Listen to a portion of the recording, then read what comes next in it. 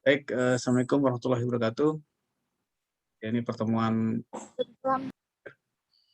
dari perkuliahan yang hampir satu semester. Ada insya Allah 14 pertemuan ya. Jadi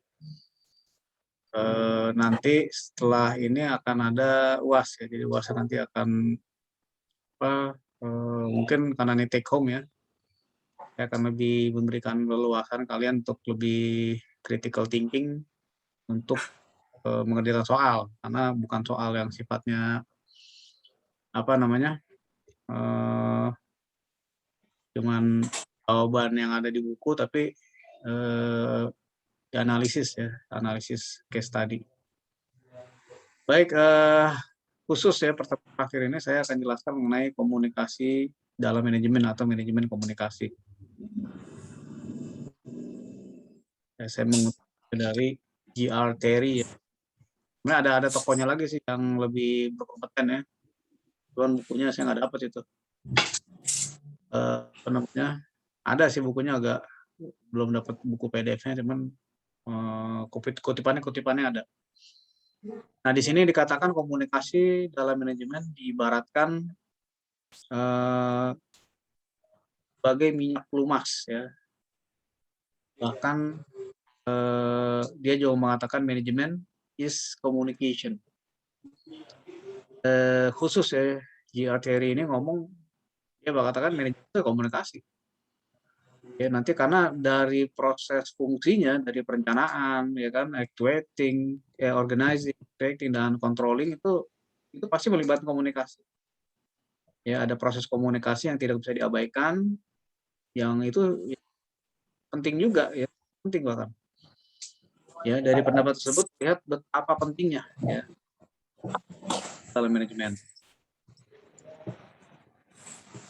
Nah, kita dihadapkan ya dalam 5 bentuk komunikasi dalam kegiatan manajemen menurut G.R. Terry. Komunikasi formal.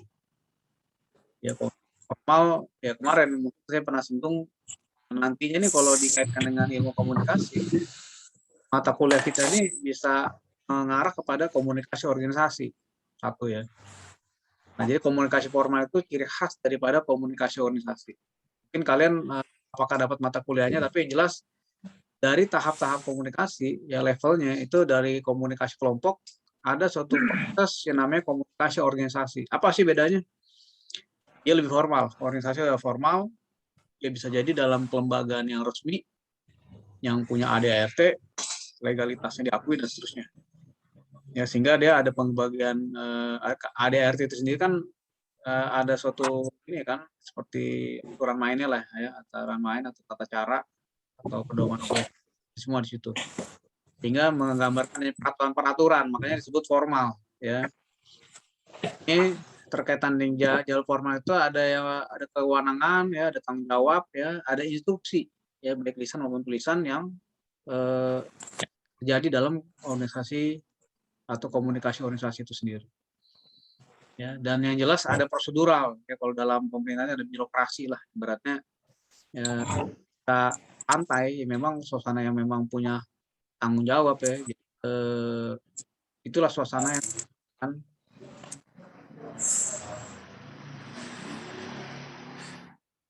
Nah, selanjutnya ada komunikasi non formal ya. Jadi di balik formalnya juga ada non formal. Pasti dinamika formal dan non formal itu juga dibutuhkan ya dalam situasi, karena yang kita hadapi ini bukan benda atau robot. Jangankan manusia ya, komputer aja kalau kita pakai dalam kata ya apa, tidak dibersihkan atau mungkin banyak data yang penuh, dia pun stres ya. Namanya kalau kita pernah mengalami kan laptop atau HP itu hang. Terlalu banyak yang diakomodir sama dia, sehingga memang ya kalau kita butuh yang besar kita nambahin RAM-nya atau diganti hard disk-nya diganti sama SSD atau mungkin yang lebih cepat lah gitu ya. Itu kan caranya. Kalau manusia bagaimana? Ya manusia tuh nggak bisa dianggap seperti robot yang cuma dipakai istilahnya. Nah dulu manusia pernah mengalami nih proses manusia itu dijadikan alat waktu zaman era perbudakan. ya dilecutin segala macam, bahkan ada yang sampai korban jiwa ya kan, ada kerja paksa ya karena memang ya ibaratkan manusia itu jadi alat aja. Nah, komunikasi informal di sini penting ternyata dalam mencairkan suasana ya karena tadi ya kita hadapi manusia ya asetnya perusahaan ya pasti ya karyawan atau bawahan yang loyal dan semangat. Nah, itu kan yang menjadi ini, yang jadi apa, sarananya dan itu harus dikomunikasikan. Nah, non formal inilah suatu komunikasi yang di luar formal ya, jadi secara spontan bisa jadi ya. Jadi, seorang pemimpin leadership juga nggak bisa selalu kaku, ya misalnya sumbang saran berkaitan dengan tugas dan kewajiban, itu jadi kita juga harus fleksibel. Jadi ibaratnya kalau kita ibaratkan tongkat ya, tongkat Nabi Musa jadi ular, itu kan tongkat itu kan logikanya kan tegak lurus ya, maksudnya tegak dan lurus. Ya kalau ular itu kan fleksibel, ibaratnya ya ini analogi aja ya, analogi ya dalam suatu manajemen kekuasaan atau pemerintahan pun memang harus ada non formalnya, harus ada fleksibilitasnya gitu istilahnya. Nah, efektif digunakan dalam perusahaan yang bersifat padat karya ya dengan jumlah pekerja yang cukup banyak dan tidak terlalu teknis. Nah, jadi memang eh, ya perlu ya karena tadi ya karena memang mengontrol manusia itu memang pakai rasa ya bukan cuma sekedar benda gitu istilahnya. Makanya kadang-kadang kan perlu juga ngadain gathering segala macam gitu untuk mencairkan. Nah, di apa selain komunikasi formal non formal ada juga informal. Apa sih informal gitu kan? Seperti halnya komunikasi non formal, namun ini lebih menekankan aspek human relation-nya. Ya, human relation berarti apa? Ya tadi kita menganggap kemanusiaannya, sisi manusiawinya kita dengarkan. Jadi seorang leadership ya, seorang manajemen top manajemen itu harus mampu memasang telinga untuk mendengar istilahnya. Atau dengan kata lain digunakan dalam permasalahan di luar pekerjaan secara langsung. Jadi nggak melulu hubungan yang dibangun itu bukan nggak melulu secara prosedural pekerjaan, tapi mungkin ngadain acara rekreasi, gathering, ya kan, atau mungkin jalan-jalan itu dilakukan sama perusahaan-perusahaan yang memang melihat bahwa karyawan adalah aset.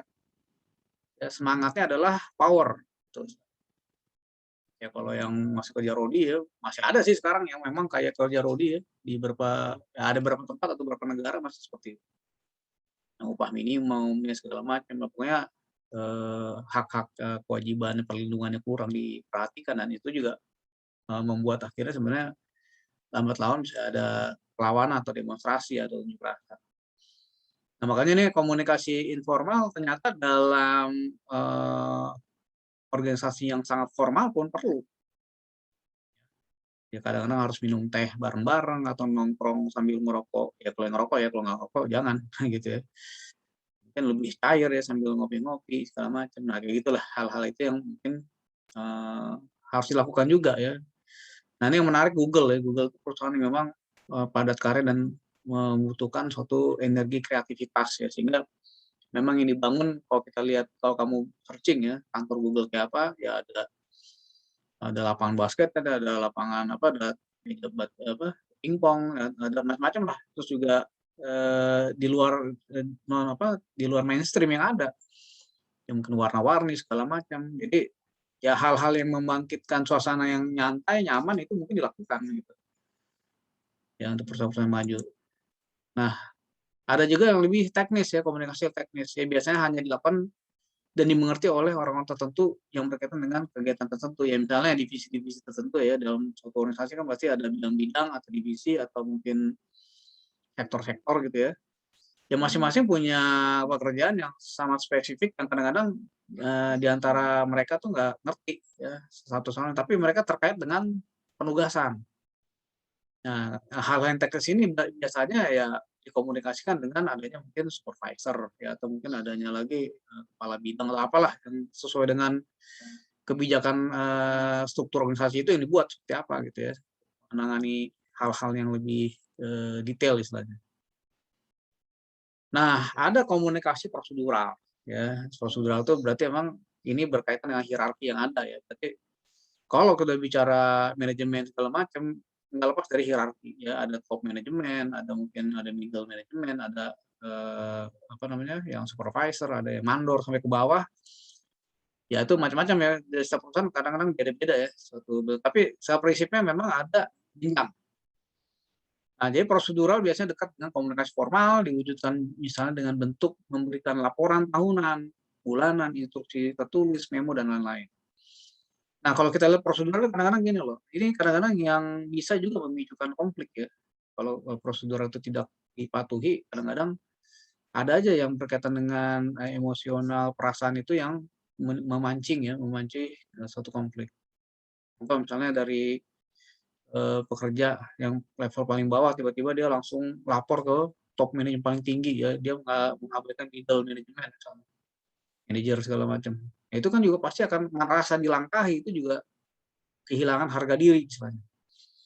Makanya tetap prosedural itu tetap diperhatikan ya, karena kalau kita main tidak prosedural, mungkin kita main apa namanya, melompat atau menyamping, kadang-kadang bergosip segala macam, itu kadang-kadang hal-hal itu bisa menimbulkan bergesekan ya antar personal yang ada di struktur yang punya matematika dan prosedural yang baku misalnya.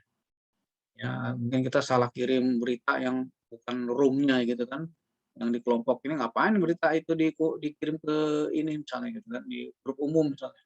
Padahal kan tuh rahasia divisi kita misalnya. Hal-hal yang kayak gitu kadang-kadang bisa memicu suatu konflik misalnya, internal ataupun eksternal di antara divisi misalnya. Ya. Terus selanjutnya dimensi komunikasi dan manajemen ya.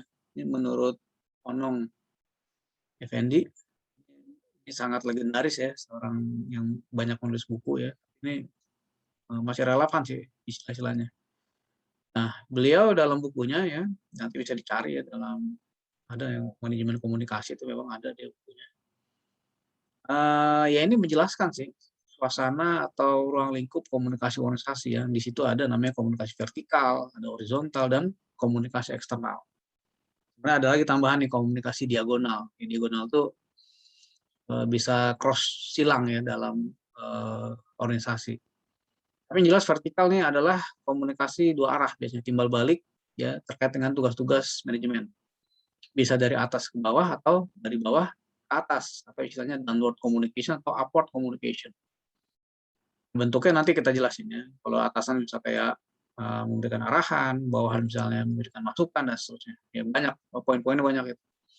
Terus yang kedua ada komunikasi horizontal ya, yang merupakan komunikasi satu level dari satu karyawan atau karyawan lainnya, tapi dia dalam ini bisa jadi dalam pimpinan satu departemen dengan departemen lainnya tadi. Ya dia setingkat tapi mungkin sifatnya koordinasi saja, ya, koordinasi memastikan perjalanan instruksi itu sejalan ya, jangan sampai ada divisi-divisi yang nggak siap ya, misalnya kayak di pabrik kan ada yang bikin baut sama bikin ban, ini kan memang harus sesuai dengan step-step langkah atau timeline yang diberikan. Kalau misalnya si yang bikin baut nih, contoh analogi aja ya, yang bikin baut ternyata dia lelet gitu kan, terus ternyata ban yang ini mau dipasang, nah itu kan nggak terjadi ini clash ya, maksudnya ini udah siap yang bannya tapi bautnya belum, sehingga nggak bisa dipasang juga. Ya jadi kalau udah bicara ini ya, bicaranya paradigma sistem tuh berarti bisa apa, kalau sesuatu yang terkait dengan satu hal ya, satu bagian dengan bagian lain itu ada satu aja bidang yang tidak selesai, itu akan mengganggu semua keseluruhan pekerjaan. Nah, makanya memang perlu dalam kondisi yang tetap terkoordinasi dan konfirmasi secara baik ya. Walaupun ini sifatnya horizontal ya. Nah, ya bagaimana mengatur ya? Berarti kan di atas mereka, di antara divisi kan biasa ada pimpinan lagi tuh yang lebih lebih di atasnya, yang bisa menaungi keduanya untuk mengkoordinir istilahnya. Nah, selanjutnya ada komunikasi eksternal ya. Eksternal itu biasanya dua arah ya, antara organisasi dan pihak luar. Dan ini bisa dilakukan oleh seorang PR atau mungkin marketing communication, atau mungkin dalam sisi marketing juga ada ya, istilah-istilahnya tergantung perusahaan sih.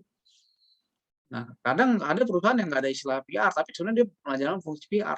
Mungkin istilahnya marketing communication, ada juga yang marketing corporate.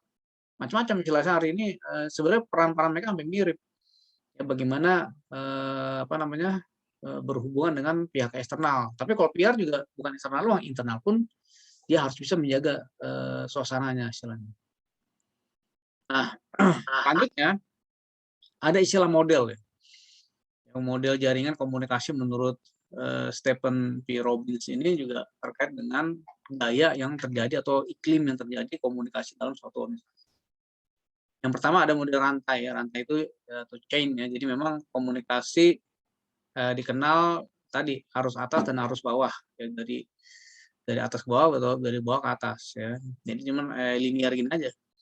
Ya, kalau model ini hanya memungkinkan adanya hubungan garis langsung komando tanpa adanya penyimpangan. Jadi ya udah apa namanya? Linear aja dari atas ke bawah terus saya sampai jenjang paling bawah ya. Jadi memang prosedural istilahnya.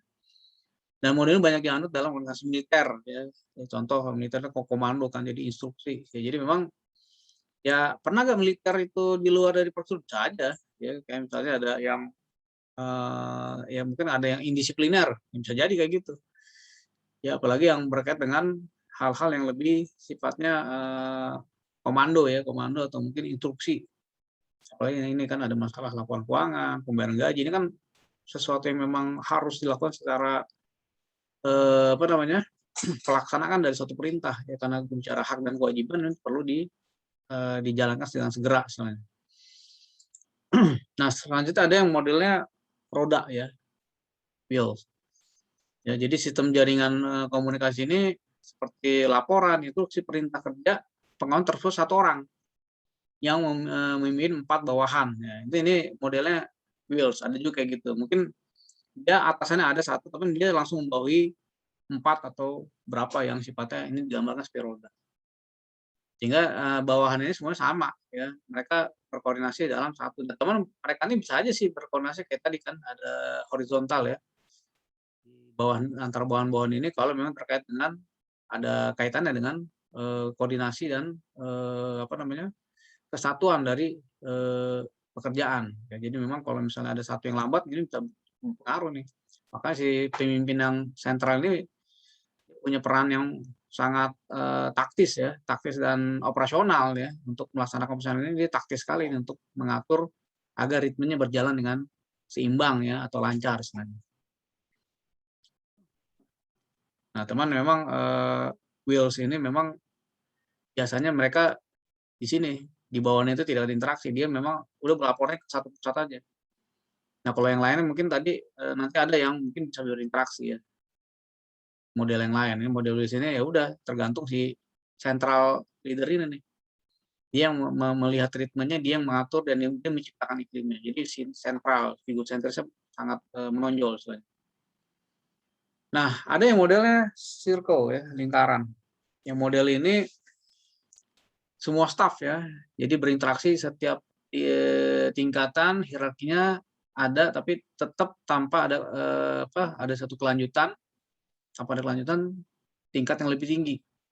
Hanya terbatas pada setiap level. Dan ini koordinasi yang ini hampir menciptakan kesetaraan ya istilahnya. Jadi mereka tuh berkoordinasi masing-masing circle dalam arti kata gini, setara ya, setara dalam arti kata ya udah berkelanjutan aja. Mereka akan saling melihat, saling mengingatkan dan saling mengontrol ya. Kayak dulu kan ada konferensi meja bundar ya. Apa sih kenapa sih disebut meja bundar dan apa filosofi meja bundar? Nah, itu menciptakan nuansa atau analogi bahwa yang duduk di meja bundar tuh nggak ada yang pimpinan, nggak ada yang bawahan, ada yang apa, mereka tuh sama aja udah. Tapi dalam konteks yang bagaimana menciptakan kesetaraan gitu istilahnya. Nah, ini kan sama nih kayak konvensi bundar kan meja bundar. Jadi mereka tuh eh, komunikasi antar staff nih, ya. Nah, selanjutnya, nah ini ada yang lebih ini nih apa all channel ya, model saluran bebas ya. Jadi model ini adalah pengembangan dari lingkaran yang tadi lingkaran tadi di mana semua 3 level ya tersebut dapat melakukan interaksi secara timbal balik ya. Kalau kita lihat sini kan timbal balik ya sehingga mereka terkoordinasi dengan complicated. Ada nggak sih? Ada. Ini kalau kita rasakan kadang-kadang siklusnya bisa jadi sampai kayak gini ya. Nah, jadi di sini tokoh sentralnya malah nggak ada, karena masing-masing udah saling mengingatkan saja, ya sehingga mereka terkoneksi dengan automatically kalau memang ada suatu yang ke penyimpangan atau sesuatu yang tidak beres, ini akan langsung terkoneksi langsung. Ya ini sistem udah canggih banget, maksudnya yang modern dan udah terbiasa jam terbang tinggi dan seterusnya. Ya kalau memang jam terbang masih rendah, biasanya memang masih egosentris. Ini sebenarnya siklus saja sih. Ya siklus ya, kalau sudah berjalan dengan lancar sistem, ya udah itu ibaratnya kayak gini aja nih. Ya mereka udah berjalan dengan sendirinya. Kalau ada suatu penyimpangan itu sudah automatically saling mengingatkan dan selalu langsung memperbaiki ya. Kayak contoh misalnya dalam pabrik itu ada yang reject ya kan. Kenapa bisa terkontrol ya? Karena tadi di bagian tertentu melihatnya ada salah segala macam, di reject nih, pisahin. Misalnya seperti itu ya. Apa namanya kontrolnya. Dan itu kan kadang-kadang si figur senior atau yang supervisor udah nggak begitu melihat ya, paling melihat secara kontrol secara berkala aja, tapi tidak langsung di lapangan yang memantau secara ketat istilahnya. Nah, ada lagi model huruf Y ya. Model ini tidak jauh berbeda dengan model rantai, hanya saja terdapat 4 level. Ya, satu, ya ini kan 1, 2, 3, 4 ya. Jadi memang ada 4 level jenjang hierarki ya. Satu supervisor, tapi dia memiliki 2 atasan dan 2 bawahan. Ya, ini ada atasannya 2, bawahnya ada 2 dia ke bawah. Jadi kayak Y. Jadi ada nggak bisa jadi kayak gitu. Ada seorang supervisor yang memang dia diperintah oleh dua level supervisor yang memang punya kepentingan untuk berkoordinasi dengan si sentral ini. Sementara dia secara jenjang dia ya ini kebetulan yang Y ini memang dia punya bawahan dan bawahnya punya bawahnya lagi. Nah, bagaimana mekanismenya? Memang ini ditemukan ya dalam model-model ini, ternyata dalam suatu interaksi komunikasi memang ternyata ditemukan nih kayak gini-gini juga ada gitu. Atau mungkin yang lebih lebih complicated lagi juga bisa ditemukan. Nah, selanjutnya siapa sih pihak-pihak yang terlibat dalam komunikasi organisasi? Nah, di sini pertama ada opinion leader ya, pemimpin pendapat ya. Ini itu kan pemuka pendapat. Maksudnya siapa sih? Mereka tuh tokoh-tokoh yang memang dianggap penting, yang dihargai, yang memang punya pengaruh besar, nah itu disebut opinion leader. Ya, merupakan pemimpin formal organisasinya, paling ini pastilah ya, direktur segala macam, manajer dan seterusnya. Meski tidak selalu memiliki otoritas dalam organisasi tersebut, namun dapat membimbing perilaku atau sikap anggotanya. Nah, jadi kalau di masa ini kan, kalau ini perusahaan udah jelas ya, leader-leader itu ya mereka punya suatu otoritas ya dalam organisasi, sehingga dia punya kapasitas untuk mengarahkan dan membimbing. Ya.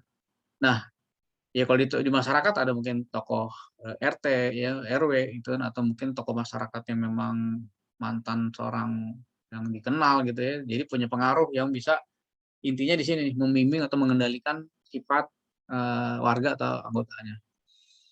Nah, ada lagi pihak yang sifatnya gatekeeper ya, kayak memfilter ya. Jadi adalah individu yang mengontrol arus informasi antara anggota organisasi ya. Dia memiliki kewenangan untuk memutuskan apakah satu informasi itu penting atau tidak. Ini sama kayak di media ya, gatekeeper ya, bagaimana nanti kalau kamu media massa belajar ya, itu nanti akan ada gatekeeper yang memang menyeleksi, mengatur mana yang boleh diterbitkan atau mungkin mana yang disimpan atau di-skip istilahnya. Nah, gatekeeper di organisasi sama, ya, jadi dia mengatur arus informasi dan dia harus bisa memilah dan memilih ya. Kadang yang namanya di organisasi nanti ada istilah grapevine ya. Grapevine itu apa? Rumor. Ya, jadi perlu kita pahami di setiap organisasi formal karena dia kaku ya, akhirnya karyawan tuh pada saat ada aspirasi yang secara horizontalnya tidak tersampaikan, muncullah rumor. Nah, biasanya rumor-rumor itu memang ada isu-isu yang ada di internal organisasi yang memang menjadi suatu kendala ataupun menjadi perbincangan. Mungkin karena sesuatu yang tidak prosedural atau mungkin ada penyalahgunaan wewenang dan sebagainya, akhirnya rumor itu terjadi. Ya, sehingga harus ada nih ya gatekeeper, apakah dia seorang manajemen yang sifatnya supervisor ataukah direktur atau mungkin sekretaris apalah yang memang memperhatikan bagaimana arus komunikasi ini atau informasi itu bisa berjalan dengan baik istilahnya. Nah, selanjutnya ada yang namanya cosmopolites ya. Mereka penghubung organisasi pada pihak luar, jadi pada eksternal. Ini kadang-kadang juga kita sebut sebagai PR ya, atau tadi ya sebut ada marketing communication atau mungkin marketing corporate atau komunikasi corporate, macam-macam lah istilah-istilah itu ada tuh. Yang jelas ada yang sifatnya cosmopolite ya. Jadi dia yang berhubungan dengan pihak luar atau stakeholder ya, pada klien ya, pada investor, mungkin kepada konsumen dan seterusnya. Nah, ada yang perannya sebagai bridge ya, sebagai jembatan ya, merupakan anggota kelompok atau klik dalam sebuah organisasi yang menghubungkan kelompok yang satu dengan kelompok lain. Ya, nanti mungkin kayak supervisor yang dia dalam menghubungkan antara divisi lain, jadi memang perlu ada penghubung. Karena kalau misalnya dia yang setara itu langsung berhubungan langsung, kadang-kadang egonya masih muncul. Ya kayak ini aja lah, apa namanya,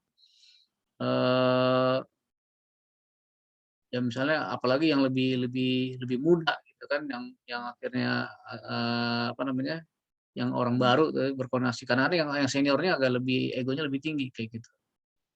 Ya memang harus ada yang menengahi. Ya selanjutnya ada liaison ya. Liaison itu hampir sama dengan bridge, tapi dia menghubungkan kelompok satu dengan kelompok yang lain. Hanya liaison itu bukan merupakan anggota dari salah satu kelompok. Jadi bisa jadi mereka adalah yang bidang yang lebih independen ya. Maksudnya ya kadang-kadang pada saat orang yang di luar struktur atau mungkin tokoh-tokoh yang akhirnya jadi pendamai istilahnya, atau pendamai atau mungkin sebagai penyeimbang lah istilahnya.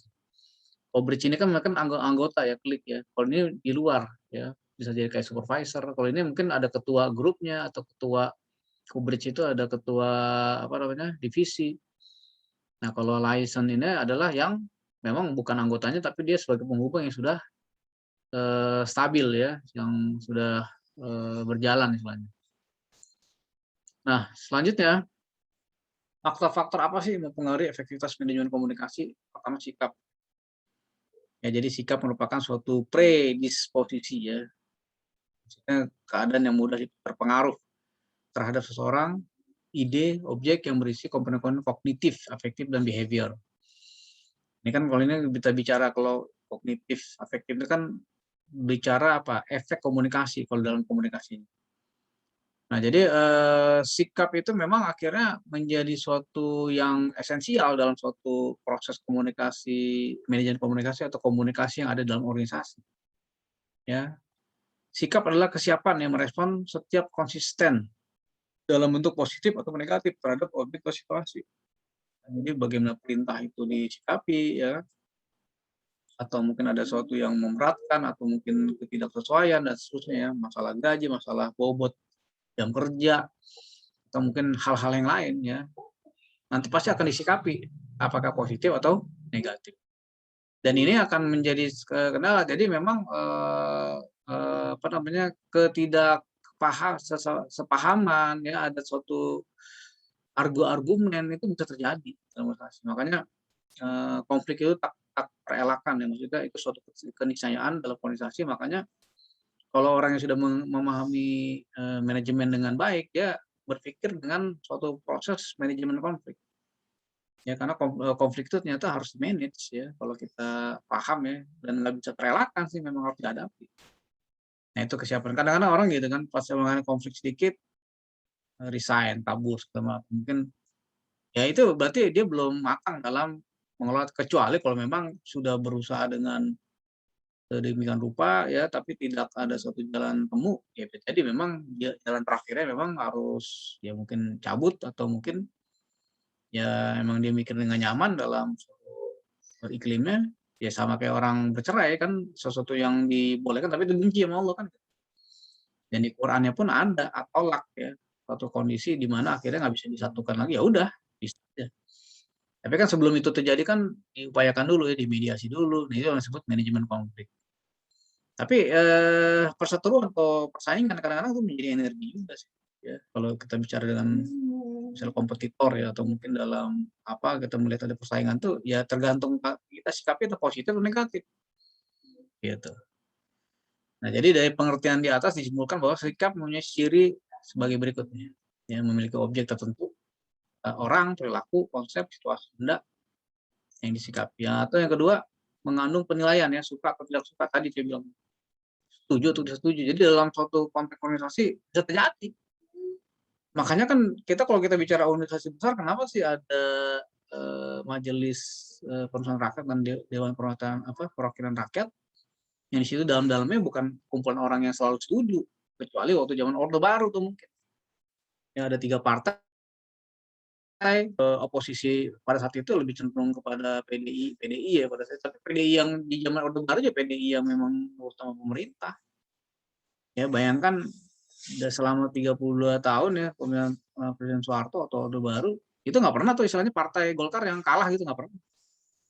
Berarti kan semuanya sudah disetting. Nah kalau yang demokrasi memang akhirnya akan terlihat yang ada yang setuju nggak setuju. Terus jalan tengahnya apa ya? Akhirnya voting.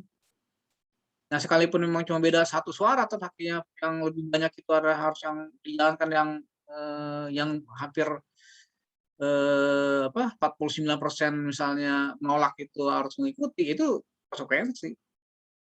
Jadi kalaupun ada suatu ketidaksetujuan, tapi kalau ada suatu aturan main dalam organisasi atau dalam misalnya kayak di DPR itu ya, sehingga hal itu bisa akhirnya jadi legal. Sekalipun memang suatu keputusan di dalamnya ada penolakan. Gitu. Nah inilah istilahnya, disinilah satu dinamika yang namanya organisasi itu bisa dijalankan ya, sehingga ya kita nggak mungkin nunggu semua setuju. Ya kalau semua setuju nggak kelar-kelar tuh, kita ngomong kayaknya nggak habis-habis tuh. Ya. Ibaratnya ngomong doang tapi nggak pernah action gitu istilahnya.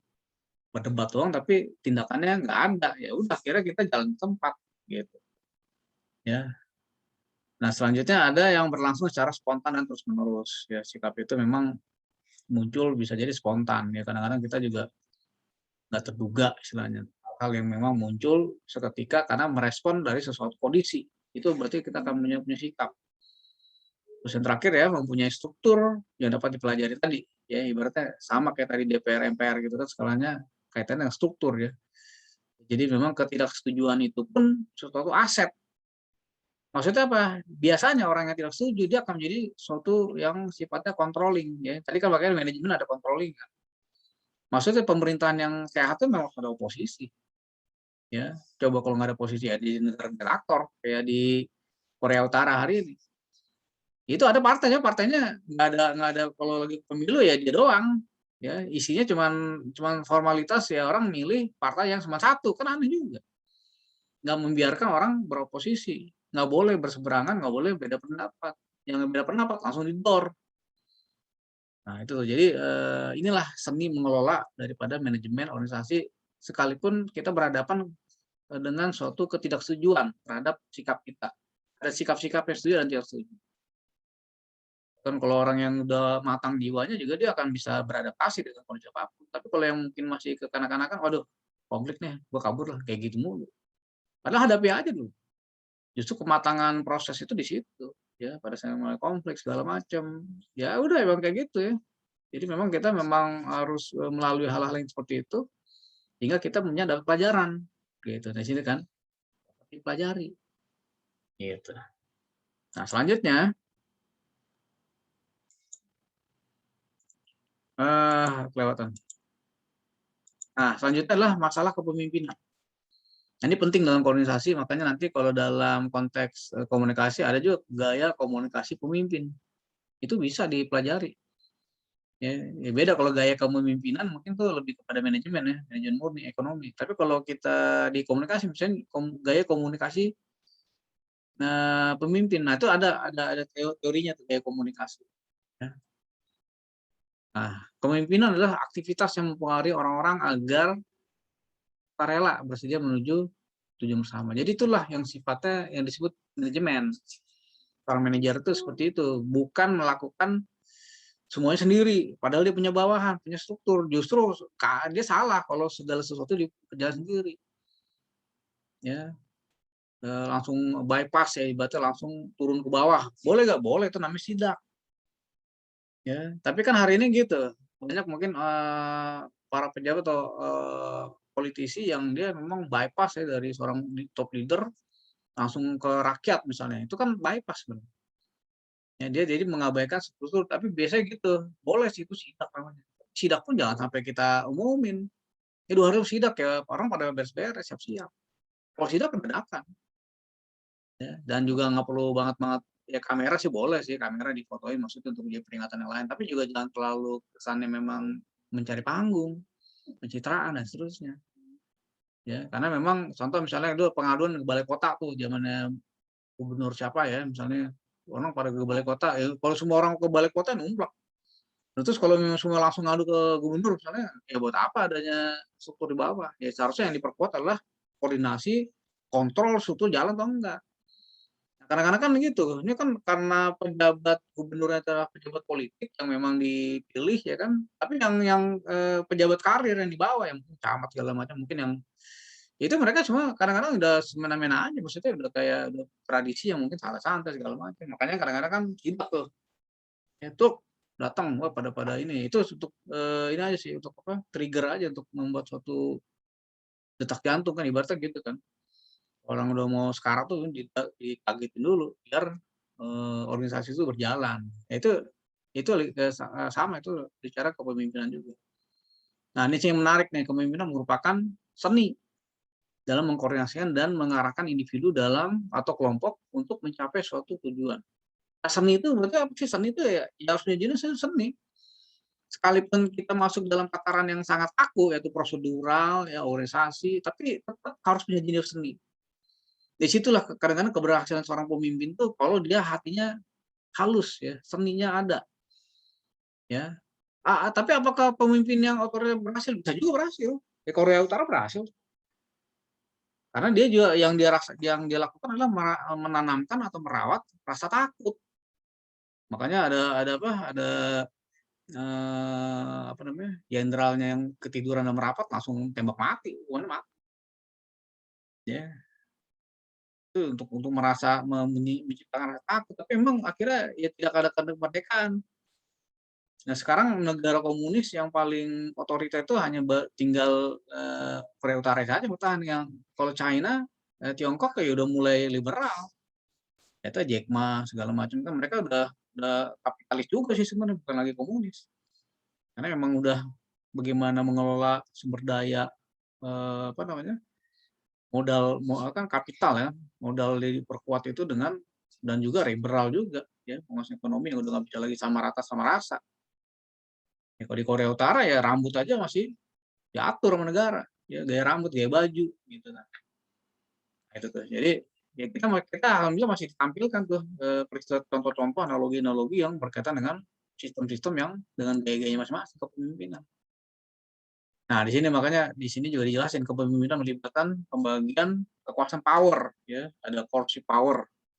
Coercive itu yang dengan paksaan, ada reward power. Jadi ada juga, apa namanya, kekuatan itu diberikan karena adanya penghargaan. Jadi dia punya power karena dia selalu menghargai. Jadi loyalitasnya ya memang ya ada karena mereka sungkan karena dikasih penghargaan kan, misalnya kan memang kalau ada suatu apa, legitimate power ini karena legalitasnya, ya karena diangkat menjadi jabatan tertentu, punya power, ya.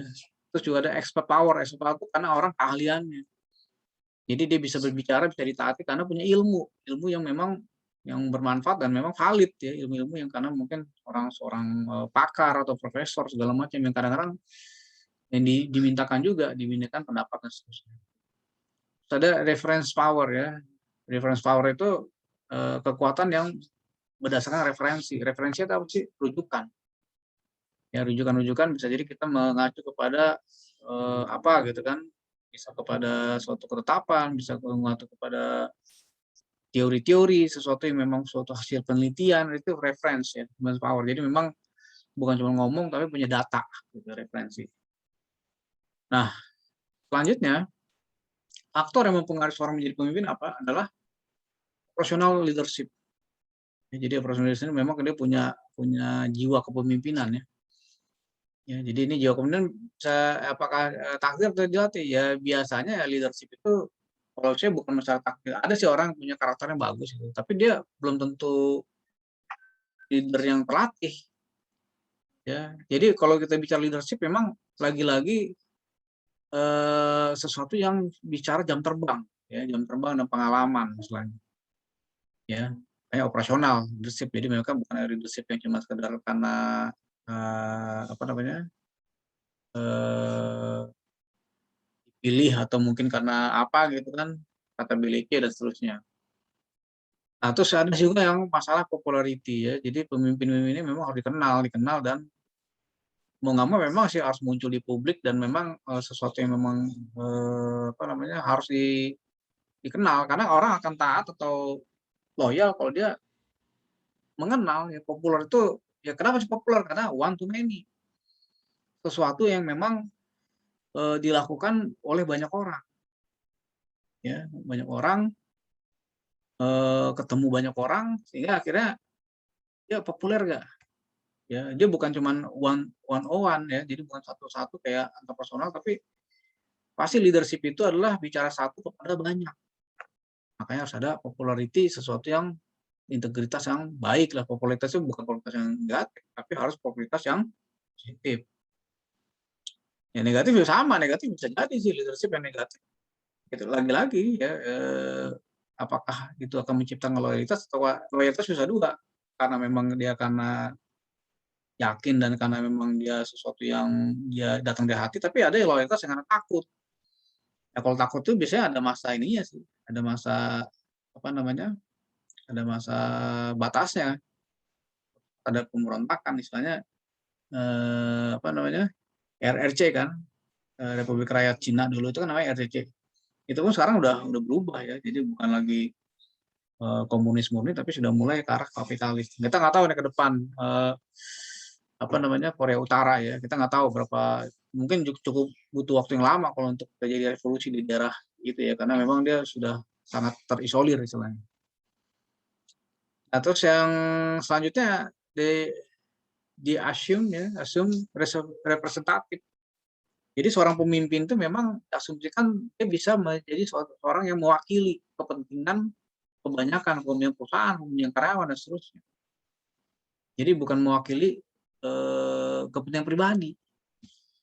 Gitu. Jadi kalau dia sudah jadi pejabat publik itu bukan dirinya secara pribadi, dia adalah suatu yang mewakili sistem yang dia apa namanya yang dia emban atau kekuatan yang dia emban. Nah, terus ada juga the prominent talent ya. Jadi memang kita bicara prominent talent adalah suatu poin daripada keahlian, talenta ya, talenta yang dimiliki oleh seorang pemimpin itu menjadi suatu faktor yang dimiliki juga. Jadi seorang pemimpin tidak perlu punya apa namanya, punya skill ya, punya kemampuan, punya jam terbang, ya sehingga dia bisa jadi punya kredibilitas dan integritas, terutama integritas ya. Ya tidak akan melakukan penyimpangan. Coba sekarang kita ngelihat ada seorang tokoh, misalnya tokoh yang tadinya mungkin pemimpin perusahaan atau mungkin yang ya baru-baru ini lah ada artis sama ini yang akhirnya nggak disangka-sangka kena tangkap narkoba. Itu kan saya integritas hancur itu. Ya, integritas saya hancur. Tapi nggak tahu lah ya. Sekarang di dunia kita kadang agak berbeda ya. Kayak contoh di Banten sendiri kan kepemimpinan jauh-jauh dari dinasti Jawara kan misalnya. Sekalipun yang apa gubernur yang sebelumnya itu ditangkap di penjara ya karena korupsi, tetap aja anaknya bisa naik. Nggak ada istilahnya orang mikir. Nah itu juga suatu yang ini ya unik ya, satu khas ya, cases itu istilahnya. Ya sampai di beberapa kabupaten pun tetap jaringan keluarganya ya di Serang, di Tangsel, ini kan masih ada juga tuh jaringan-jaringan tetap masih berjaya. Ya bahkan anaknya jadi wakil gubernur misalnya. Jadi hal-hal yang mungkin di luar daripada teori itu sebenarnya. Ya itulah yang mungkin akan diteliti pada segala sesuatunya yang tidak lagi teoritis, itulah justru yang menarik diteliti. Apa kok orang yang seharusnya integritasnya hancur kok tapi tetap terpilih? Ada apa? Hal-hal yang itulah mungkin akan dibongkar dalam penelitian. Ya, kalau kamu nanti skripsi misalnya. Tapi memang kalau menembus itu agak ini ya, tantangan istilahnya. Nah, soalnya kemampuan yang harus dimiliki oleh seorang pemimpin itulah manajerial ya. Ini manajerial. ya seorang organisator. Jadi memang dia harus bisa manage ya. Tadi kan makanya ada azas manajemen. Oh, seorang pemimpin harus turun mulu ke bawah. Enggak.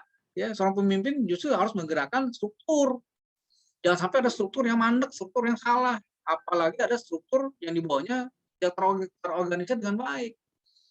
Misalnya dulu pernah kejadian ya kan dalam suatu pemerintahan nih menterinya ngomong apa, menteri satu ngomong apa kayak berantem. Ya, jadi kayaknya kagak kompak. Nah, ini kenapa?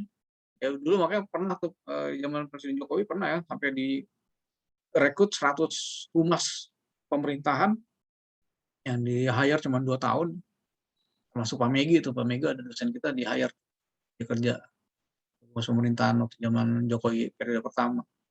Ya tugasnya itu untuk bikin satu pintu, satu narasi. Satu narasi jangan sampai ada yang ngomong di bawah jajaran tuh berbeda-beda. Nah, itu akhirnya membuat kritikan dari masyarakat. Nah, ini jadi manajerial itu penting. Nah, ini tadi yang delegator itu. Jadi dia harus bisa mendelegasikan wewenang. Jangan diambil semua ya, sampai bawah pun dia yang kerjain ya, sampai nyapu jalanan pun dia ngapain. Ya, nyapu jalanan jangan pencitraan kan gitu. Nah, jadi hal-hal yang sifatnya memang delegator istilahnya.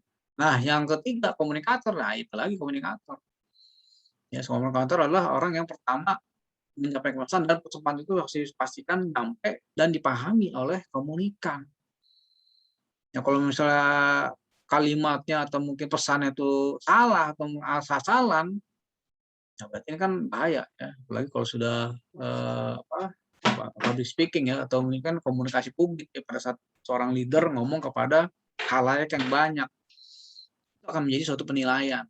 Ya, kalau kita salah ngomong, mungkin untuk sesuatu yang salah. Kayak kemarin kan ada mungkin beredar video ya kan, yang ya adalah tokoh politik yang ngomong apa aja salah gitu kan, ngomong apa subhanahu wa ta'ala gitu salah kan itu jadi cibiran istilahnya gitu ibaratnya.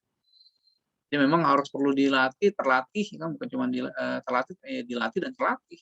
Siapa yang melatih ya? Pertama dari kita sendiri harus punya teachable ya, sesuatu yang mampu harus bisa dididik ya, harus bisa mendidik diri sendiri. Nggak malu bertanya sama orang yang lebih pengalaman ya kayak gitu. Nah, yang selanjutnya supporter ya, support itu seorang yang pendukung. Seorang leadership itu dia harus mendukung bawahan sebagai orang yang mendukung, yang memberikan support. Jangan menindas ya, kalau menindas ya kabur orang. Ya, apalagi menyiksa, memaksa dan seterusnya. Ya, dan konselor itu mewakili ya sebagai konselor ya. Jadi mewakili kepentingan keseluruhan. Nah, ada lagi fungsinya negosiator. Ya, negosiator berarti apa? Sebagai orang yang bisa berunding ya apa pihak-pihak lain yang berkaitan dengan keuntungan yang diperoleh bagi perusahaan atau seluruh jajarannya. Ya, jadi minimal win-win solution lah, dengan klien ya, dengan pihak yang berwajib, dengan semua pihak stakeholder yang terkait, yang memang ada suatu deal-deal yang perlu suatu negosiator ya seorang leadership harus mampu. Dia tampil sebagai negosiator juga. Gitu. Selanjutnya motivasi. Ya, motivasi adalah pemberian daya gerak yang menciptakan kegairahan kerja seseorang agar mampu bekerjasama, ya, kerja efektif, terintegrasi dengan segala daya upaya untuk mencapai kedewasaan itu kata Hasibuan. Nah, jadi di sini ada kata kunci apa? Gairah kerja, ya, daya gerak ya, daya gerak motivator. Ya. Makanya kita kan dulu sering ya ada motivator yang di televisi kan kayak Pak Mario Teguh kan, salam super gitu kan, kalaupun akhirnya tersandung konflik keluarga, akhirnya dia redup di lama-lama. Karena seorang motivator. Ternyata motivator pun ya dia dengan problem internalnya juga ya itulah manusia kan. Ternyata pada saat kita lihat super semua, Superman dan seterusnya, tetap aja ada kelemahan. Termasuk Superman yang yang gagah yang bisa ngangkat apa segala macam. Ternyata dia punya kelemahan apa? Krypton. Ya, dalam suatu cerita fiksi aja diceritakan setiap kekuatan apapun dia ada kelemahannya, Krypton. ya Krypton, James Bond ya, James Bond biasanya dikalahkan dengan ya itulah wanita-wanita ya kan kayak gitulah ya. Jadi selalu film-film fiksi aja menampilkan sisi power itu ada kelemahan. Nah, itu yang harus kita sadari, kita pun punya kelemahan ya. Cuma kalau dalam organisasi kan gitu kan, kalau sebuah kelompok karena kelemahan itu kita ditutupi oleh teman kita yang lain ya. Nggak semua orang akan punya generalisasi kemampuan. Biasanya mereka punya spesifikasi dan mereka saling terpadu. Maka di sini kan ada kata terintegrasi. Ya, terintegrasi itu maksudnya apa? Mereka ya kayak inilah pernah nonton Power Ranger kan? Power Ranger kan jadi robot yang raksasa itu kan karena tergabung sama berapa elemen kan akhirnya menjadi kuat raksasa itu karena dia gabungan bukan sendiri.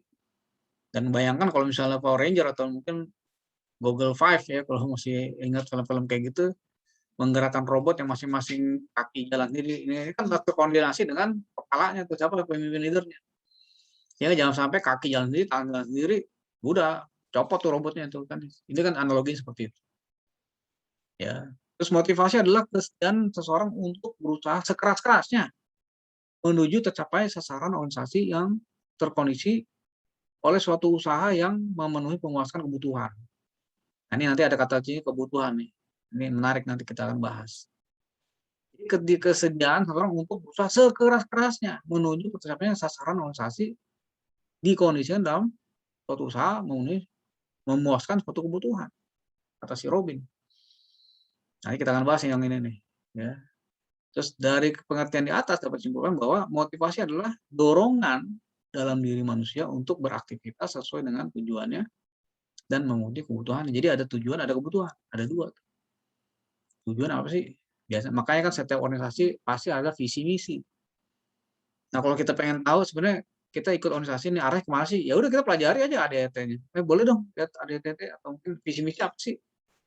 Nah, jadi kalau kita pengen ini sama kita perusahaan juga. Perusahaannya arah mana ya? Ya kayak perusahaan Google, perusahaan Elon Musk ya. Elon Musk itu kan Tesla itu dia punya visi mau ke Mars. Ya.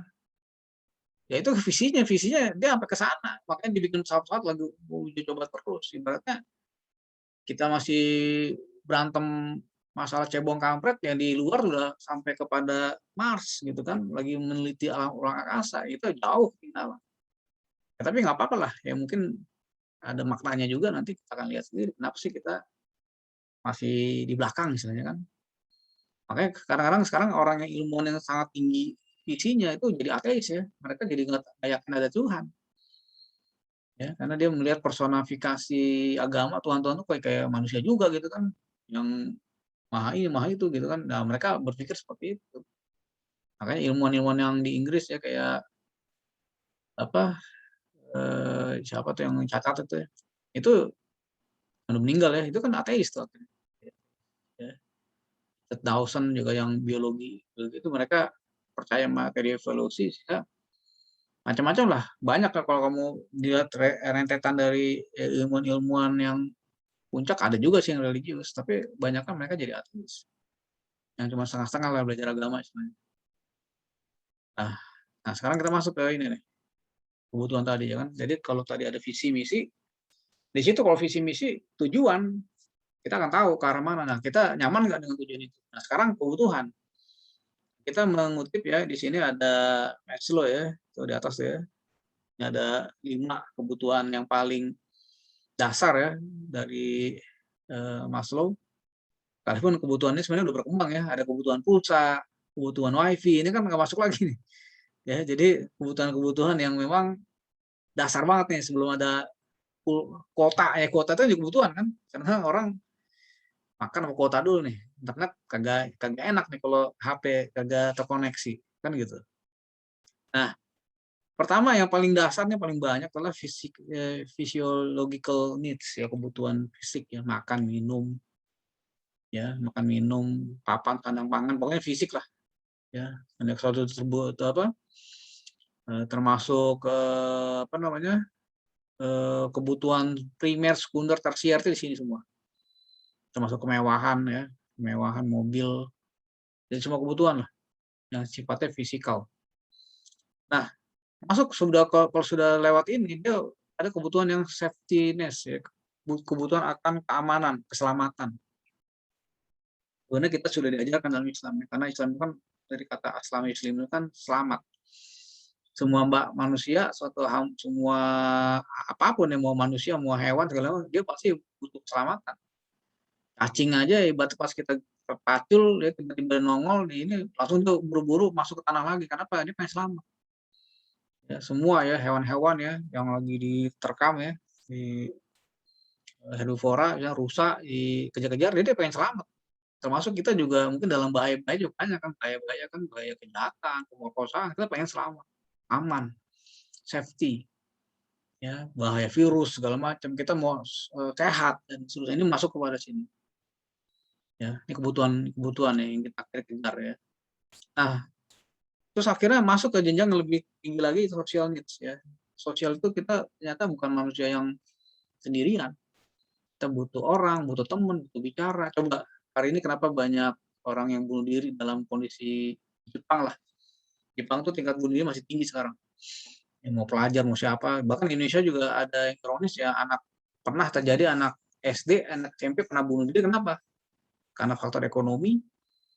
Karena dia nggak bisa, orang tuanya nggak cuma bayar.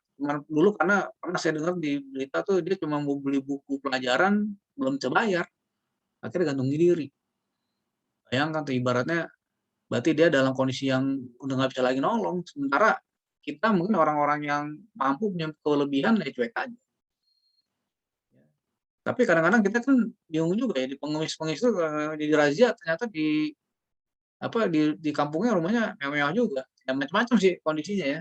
Jadi ya itulah kita juga prihatin tapi sebenarnya yang perlu dibantu siapa? Makanya dinas sosial itu memang harusnya berfungsi mendata, memverifikasi.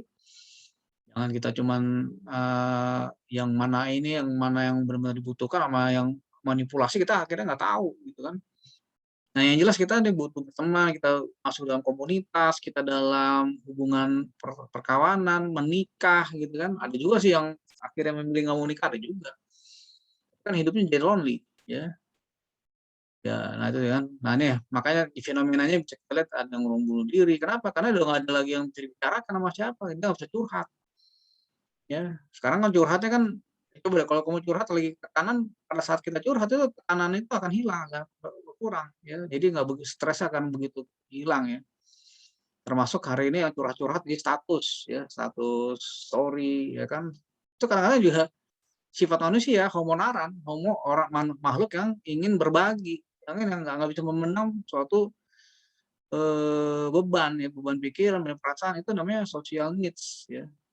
Jadi kita butuh teman, bicara, kita butuh sahabat. Ya, sahabat tuh kadang cuma sedikit loh. Kita berinteraksi sama teman, sekian orang, tapi akhirnya yang jadi sahabat benar-benar cuma 1, 2 lah. Dan itu memang sosial banget. Ya.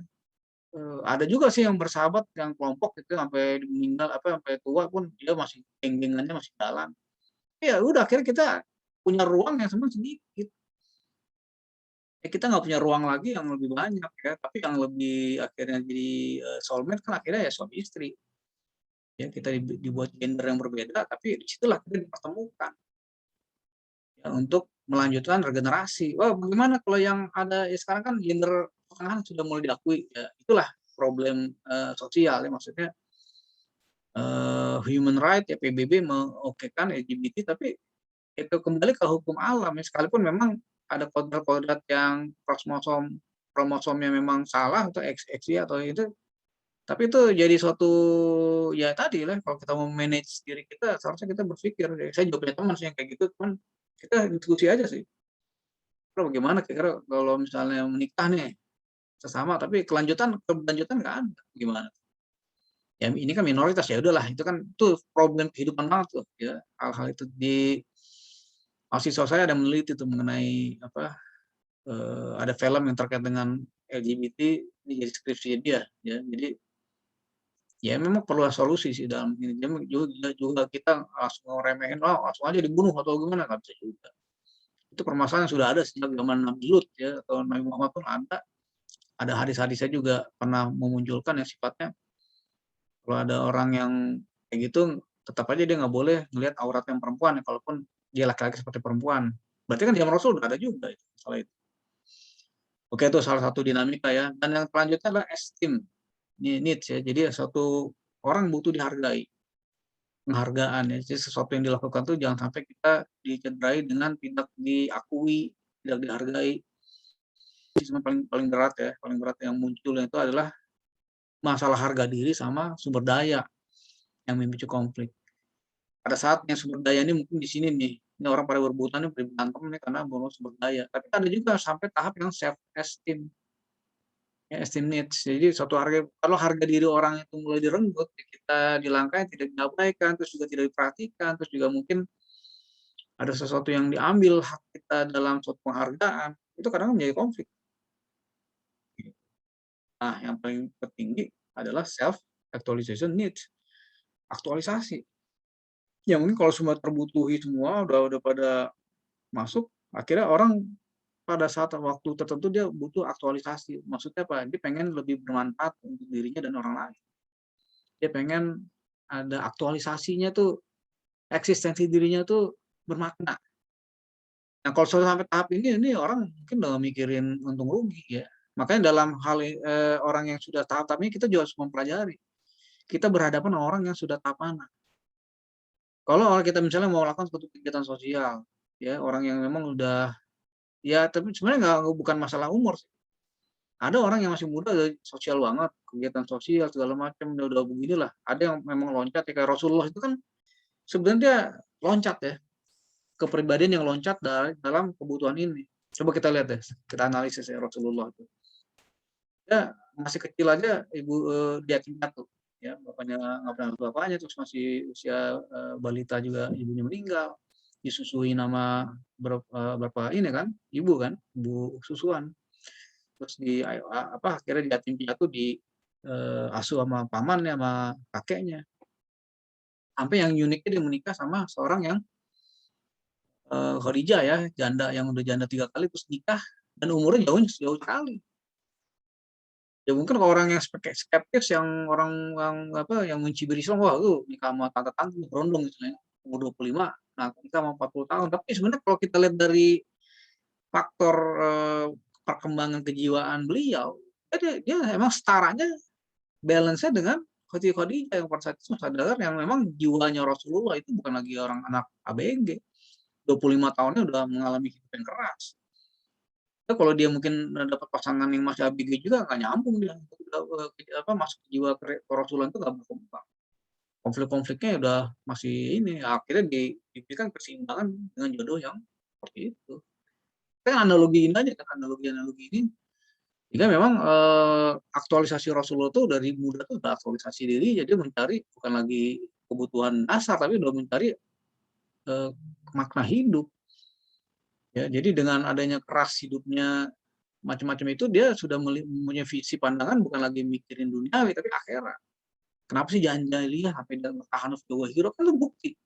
Dia self actualization di umur 37 tahun kan masih muda. Ya, selama 3 tahun sampai dapat wahyu pertama itu tahanuf. Tahanuf itu simbolisasi dia mencari aktualisasi dulu.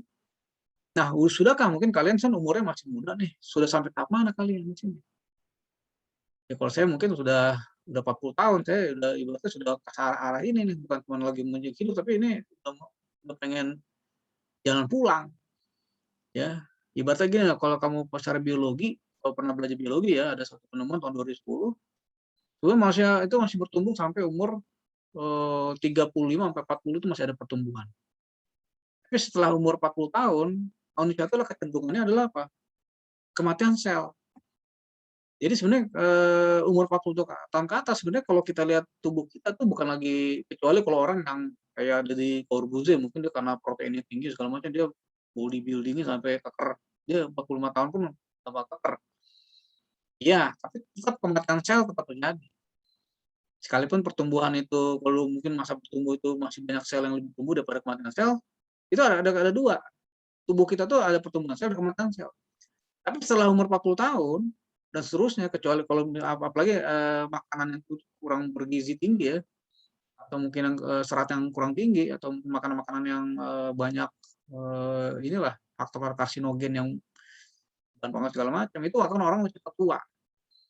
Ya jadi kematian sel lebih banyak ya kan, sehingga akhirnya sebenarnya udah jalan menuju pulang sih, pulang ke akhirat istilahnya. Ya kematian itu bukan menunggu kita benar-benar mati dicabut nyawa, tapi sebenarnya kematian sel itu sudah lebih berjalan secara perlahan-lahan sudah terjadi. Apalagi kalau kita hidup nggak sehat, banyak penyakitan, gitu. Apalagi sekarang virus COVID kan, ditambah virus dipercepat lah tuh dengan penyakit-penyakit yang sudah ada, dan virus itu mempercepat semua. Nah itu tuh. Jadi ini kita mau sampai tahap mana nih? Kan gitu tuh. Nah yang terakhir, terakhirnya bicara kinerja. Kalau kinerja dalam Islam itu kan amal. Yang akhirnya dinilai pun bukan lagi cuman bagaimana teori kita berzikir segala macam, tapi bagaimana amal solehnya. Suhul khotimah atau husnul khotimah. Ya lagi-lagi ansari sujudnya apa? Bekas sujudnya ada nggak? Itu kan kinerja. Apa sih kinerja? Performance ya, berarti prestasi, pelaksanaan kerja. Maksudnya apa yang kita lakukan tuh orang lain merasakan manfaat kita. Jadi amal jariah aja hidup kita.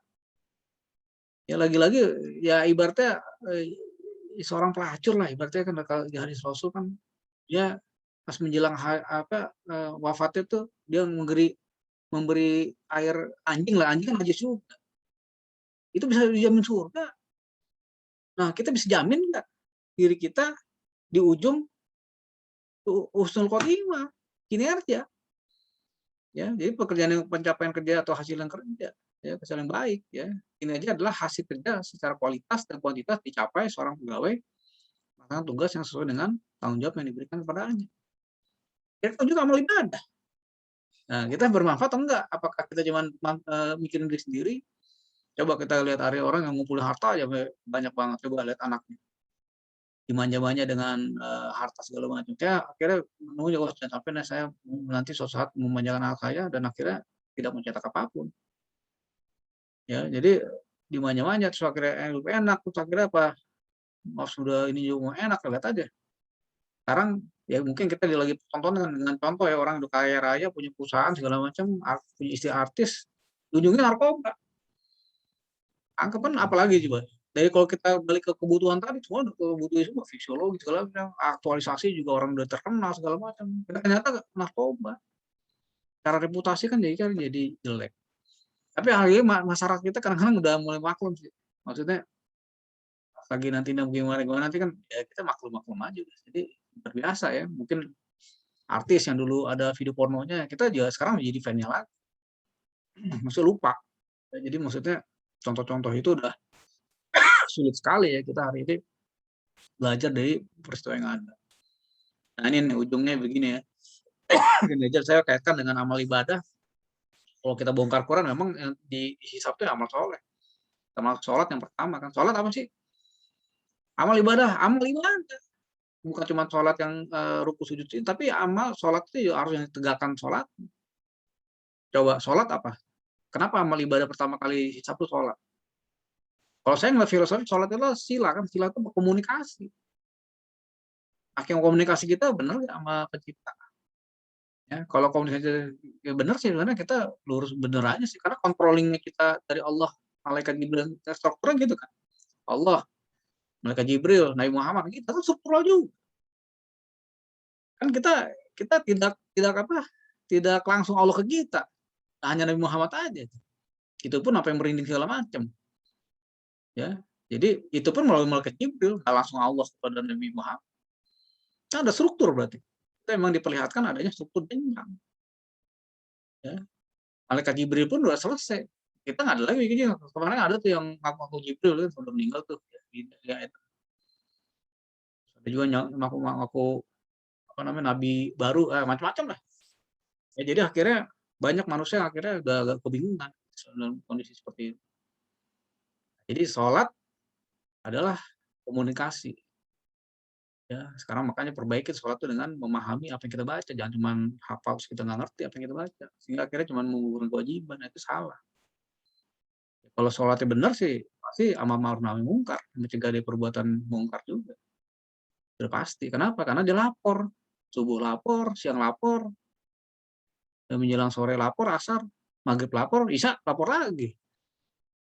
Ya coba kalau kita memang kita merasakan itu sebagai ihsan ya, ihsan nih. Ihsan seakan-akan kita ngelihat Allah tapi kita memang seakan kita dikontrol sama Allah sebagai supervisor kita. Kita mau bermaksiat di rentang waktu juga mikir-mikir. Nah itu tuh, mungkin manajemen Allah. Ya, kalau kita benar ya sholatnya ya. Tapi kadang-kadang ada juga sholat yang celakalah bagi orang yang sholat kan. Failul musholin. Ada juga sholat tapi sholatnya mabok, nggak ngerti apa yang dibaca. Akhirnya sholat juga ya maksiat juga. Apalagi yang parah ya Pak. Wah gue sholat tuh tadi gue habis buat dosa. Ya kayak sholat nggak hapus dosa. Itu udah mengkhianati percaya integritas kita kepada Allah. Nah itu tuh ya, jadi ini sedikit ya wejangan-wejangan ya sebagai penutup kuliah kita.